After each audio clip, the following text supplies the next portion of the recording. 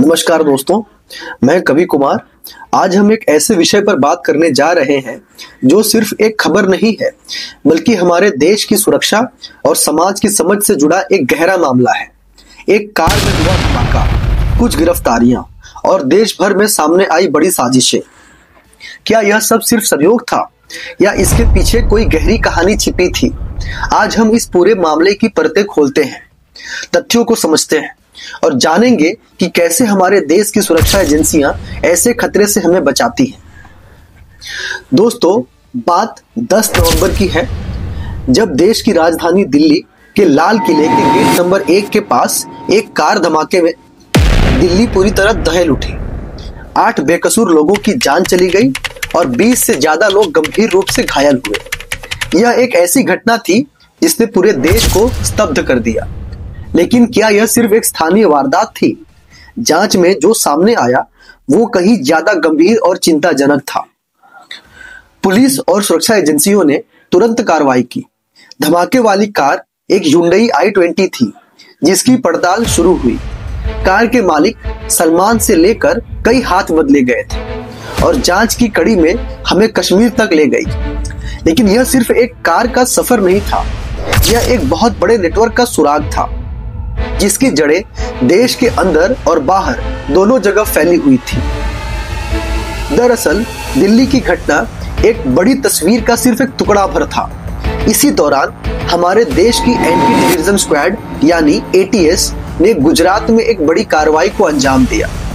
उन्होंने कुछ ऐसे लोगों को गिरफ्तार किया जो देश के बड़े शहरों जैसे दिल्ली, लखनऊ और अहमदाबाद में बड़े हमले करने की फिराक में थे। सोचिए, अगर ये हमले हो जाते तो क्या होता? इस गिरफ्तारी में एक चौंकाने वाला नाम सामने आया, डॉक्टर मोइनुद्दीन, एक पढ़ा लिखा डॉक्टर। लेकिन यह डॉक्टर लोगों को ठीक नहीं कर रहा था, बल्कि एक बेहद जहरीला केमिकल राइसिन बनाने की कोशिश कर रहा था। राइसिन दोस्तों इतना खतरनाक है कि इसकी थोड़ी सी मात्रा भी बड़े पैमाने पर तबाही मचा सकती है। कल्पना कीजिए, अगर यह केमिकल आतंकियों के हाथ लग जाता तो क्या होता? यह दर्शाता है कि कैसे कुछ लोग अपनी शिक्षा का दुरुपयोग करके समाज के लिए खतरा बन सकते हैं। इन आतंकियों के तार कहां से कहां तक जुड़े थे? जांच में सामने आया कि ये लोग सीमा पार पाकिस्तान और अफगानिस्तान में बैठे अपने हैंडलर्स के संपर्क में थे। ये handlers Islamic State Khorasan province यानी ISKP जैसे आतंकी संगठनों से जुड़े हुए थे।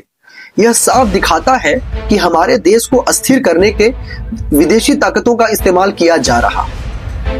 हमारी सुरक्षा एजेंसियां लगातार ऐसे अंतरराष्ट्रीय नेटवर्क पर नजर रखती हैं और उन्हें बेनकाब करती हैं। और कहानी यही खत्म नहीं होती दोस्तों। इसी कड़ी में हरियाणा के फरीदाबाद में एक और बड़ी खोज हुई। पुलिस ने एक घर से 350 किलो अमोनियम नाइट्रेट और 2900 किलो IED यानी इम्प्रोवाइज्ड एक्सप्लोसिव डिवाइस बनाने का सामान बरामद किया। साथ ही असॉल्ट राइफलें भी मिली। इतना सारा बारूद और हथियार, आप सोच सकते हैं कि इनसे कितनी बड़ी तबाही मचाई जा सकती थी। यह विस्फोटक सामग्री डॉक्टर मुजाहिल शकील नाम के एक और डॉक्टर के घर से मिली थी, जो एक स्थानीय अस्पताल में काम करता था। इस गिरफ्तारी की जानकारी डॉक्टर आदिल अहमद राथर से मिली थी, जिसे जैश-ए-मोहम्मद के पोस्टर लगाने के आरोप में पकड़ा गया था। यह सिलसिला बताता है कि कैसे आतंकी संगठन और समाज के विभिन्न तबकों में घुसपैठ करने की कोशिशें करते हैं। अब सबसे अहम सवाल, क्या दिल्ली धमाका और फरीदाबाद में मिली विस्फोटक सामग्री एक ही साजिश का हिस्सा थे? दिल्ली ब्लास्ट वाली कार का आखिरी खरीदार तारिक था, जो मूल रूप से पुलवामा का रहने वाला था, लेकिन फरीदाबाद में रहता था। और डॉक्टर मुजाहिल शकील भी पुलवामा से था और फरीदाबाद में ही रहता था। यह सिर्फ एक संयोग नहीं हो सकता दोस्तों, यह साफ तौर पर एक कनेक्शन की ओर इशारा करता है। सुरक्षा एजेंसियों का मानना है कि जब डॉक्टर मुजाहिल को पकड़ा गया तो तारिक घबरा गया। उसे लगा कि उसका नेटवर्क भी बेनकाब हो सकता है और इसी डर से उसने अपनी योजना से पहले ही दिल्ली में धमाका कर दिया। शायद उसका मकसद और बड़ा था, लेकिन एजेंसियों की सतर्कता और त्वरित कार्रवाई से एक बड़ी त्रासदी टल गई। दोस्तों, यह पूरा मामला हमें सिखाता है, यह दिखाता है कि कैसे कुछ पढ़े लिखे लोग भी कट्टरता और गुमराह करने वाली विचारधाराओं का शिकार हो जाते हैं। लेकिन साथ ही यह हमारी सुरक्षा एजेंसियों की तत्परता और क्षमता को भी उजागर करता है, जो लगातार ऐसे खतरों से हमें बचाती है। हमें यह समझना होगा कि ऐसे खतरों से लड़ने के लिए सिर्फ सरकार या सुरक्षा एजेंसियां ही नहीं, बल्कि हम सभी को जागरूक रहना होगा। अपने आसपास कोई भी संदिग्ध गतिविधि दिखे तो बिना झिझक पुलिस को सूचित करें।